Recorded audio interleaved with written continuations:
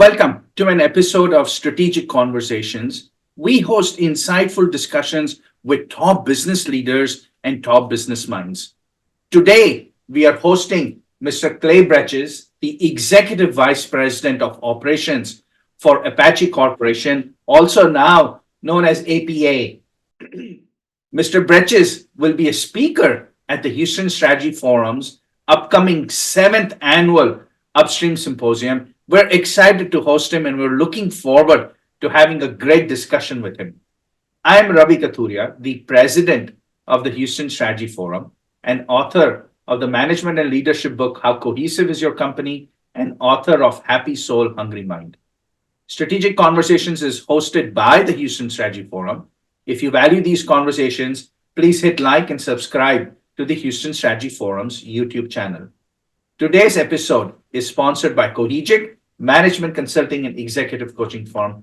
Thank you for joining us. We are looking forward to having a great discussion with Mr. Clay Bretches. Clay, thank you, sir, for taking the time. Thank you for being part of our Upstream Symposium coming up shortly in early April. We're looking forward to hosting you. Thank you, Ravi. I really am looking forward to the symposium on April 3rd. Forward to visiting with you and other business leaders at the symposium. Wonderful, sir. We're going to have a great discussion. And talking about the discussion, sir, I used to think I have a handle on the oil and gas markets. What last year has taught me is that I know nothing. I cannot figure out between the narratives that are going on between people who say supply demand is in deficit and people who say there is no demand and supply is overwhelming demand. And I am confused. Every report seems conflicting. I don't know, Clay, if you have a better sense of this, you're an expert, you live in the business every day. What is your sense? Where is the supply demand dynamics standing right now? How is it shaping up to be, this morning, I think it's Morgan Stanley which says that the supply demand conditions are going to be much tighter in the summer.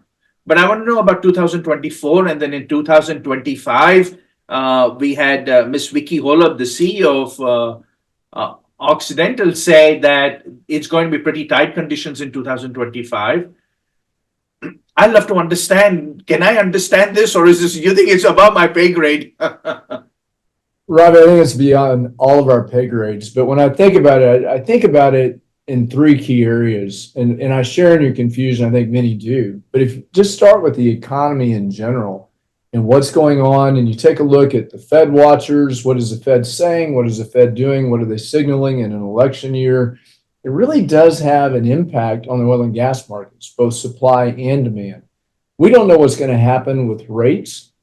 We don't know what's going to happen with the economy. The U.S. economy seems to be doing pretty well. Some of the international markets are suffering right now. So how is that going to impact supply and demand? So I think there are a lot of folks that are scrambling just with regard to the economy.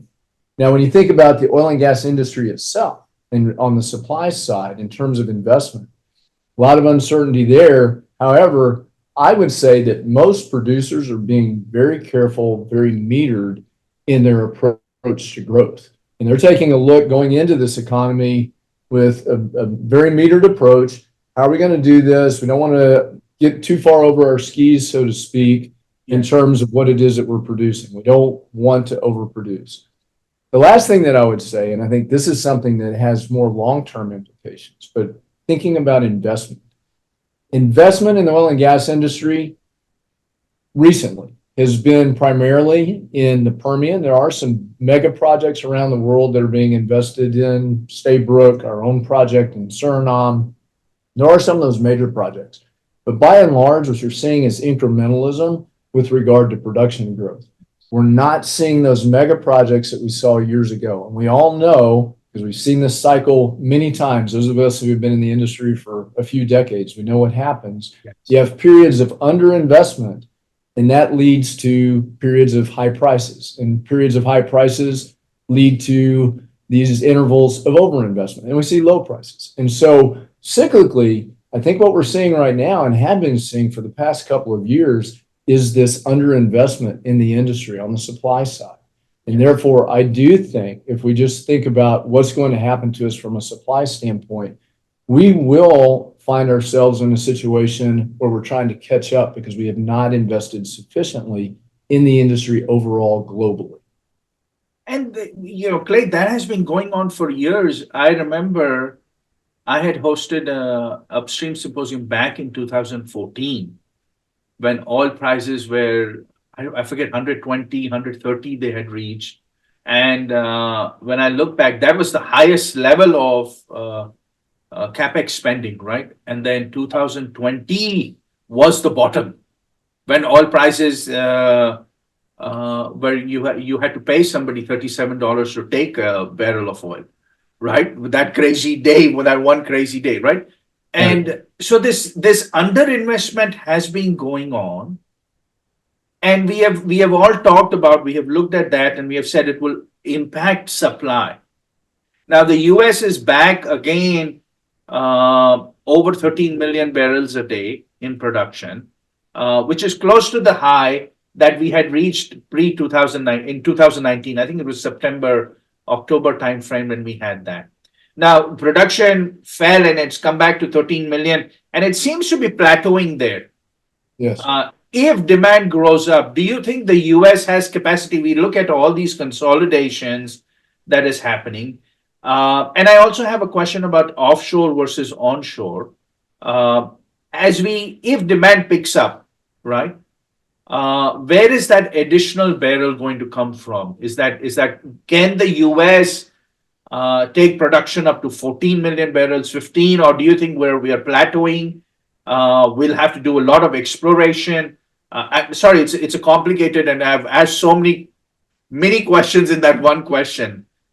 Yeah, so if I just think about domestic production, I think incrementally where the production would have to come from would be from the Permian. We've seen that we can flex in the Permian as needed, Okay. consolidation or not. We can increase rig count, and in a relatively short order, we can flex that production. I do think we could go from 13 to 14 million barrels per day. It would take some work. It would take a lot of capital investment.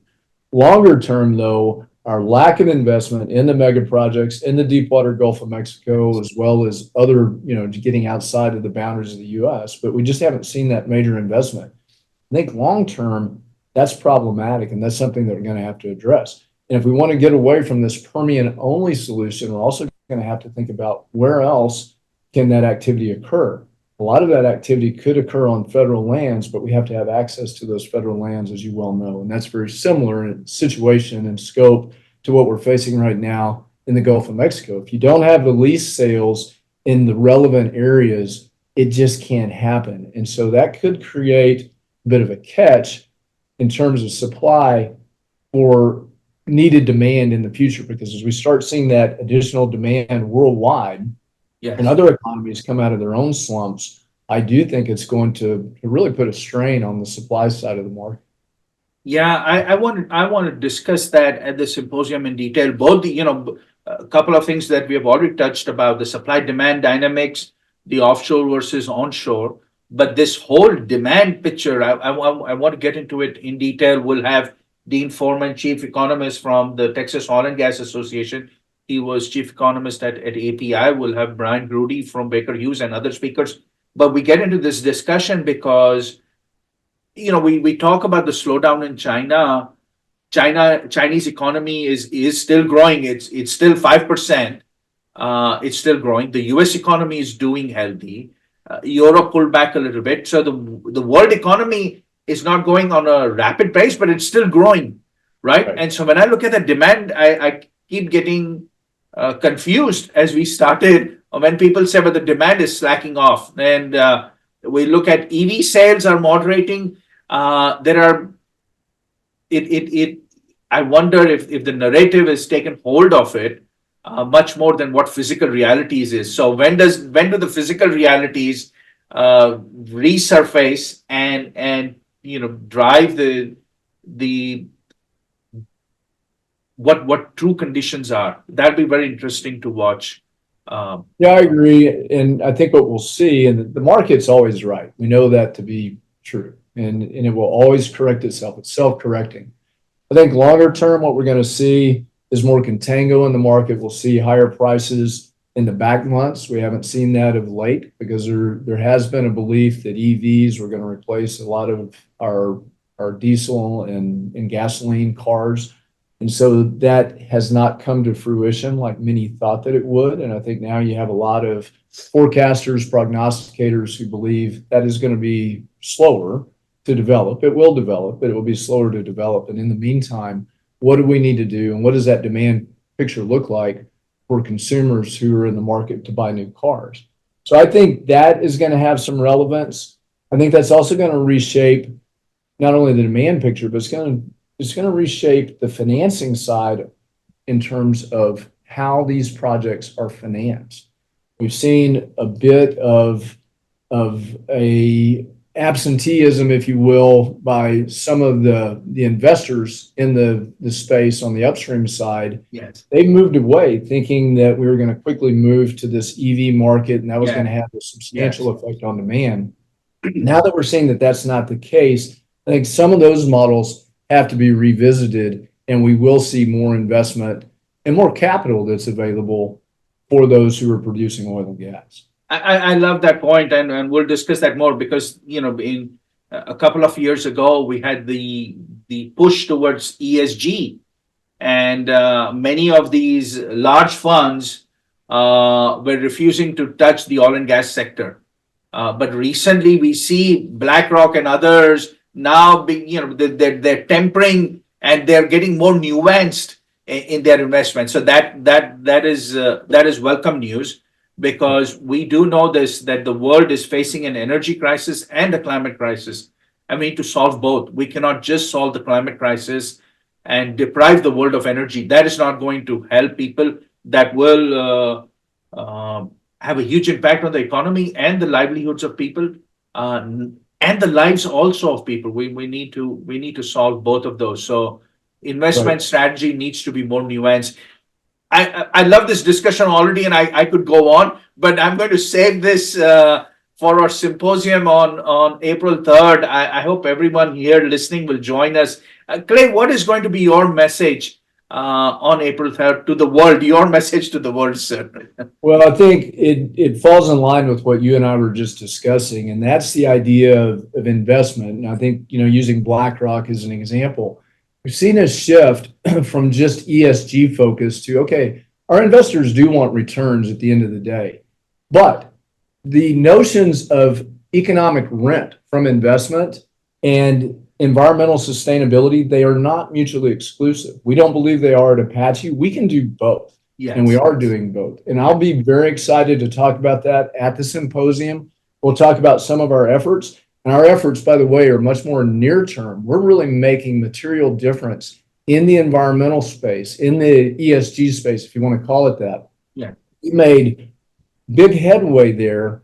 We're not setting aspirational goals for 2030, 2040, 2050. Yes. We're doing it in real time, all the while making great investments and producing oil and gas for the world. So I'm excited to talk about that. We'll do that at the symposium. I can't wait. And thank you again for inviting me. No, absolutely, sir. Thank you for coming. I'll just make a quick note. May 15th, the forum is hosting its Carbon Hydrogen Symposium. So we're going to take the momentum from the Upstream Symposium. We'll talk about sustainability with you at the Upstream Symposium, and then build up to the Carbon Hydrogen Symposium, because we have big things to talk about. And Houston is in a great place. Clay, it's going to be exciting. I can tell we're going to have a great discussion. Probably I'll tell Dean and the other and Brian and the other speakers to stay at home. It'll just be one-on-one with Clay and Ravi. No, they will be upset with me. Clay, I'm looking forward to hosting you, sir. This is going to be a great discussion. Thank you so much. Thank you so much. Bye-bye. Thank you.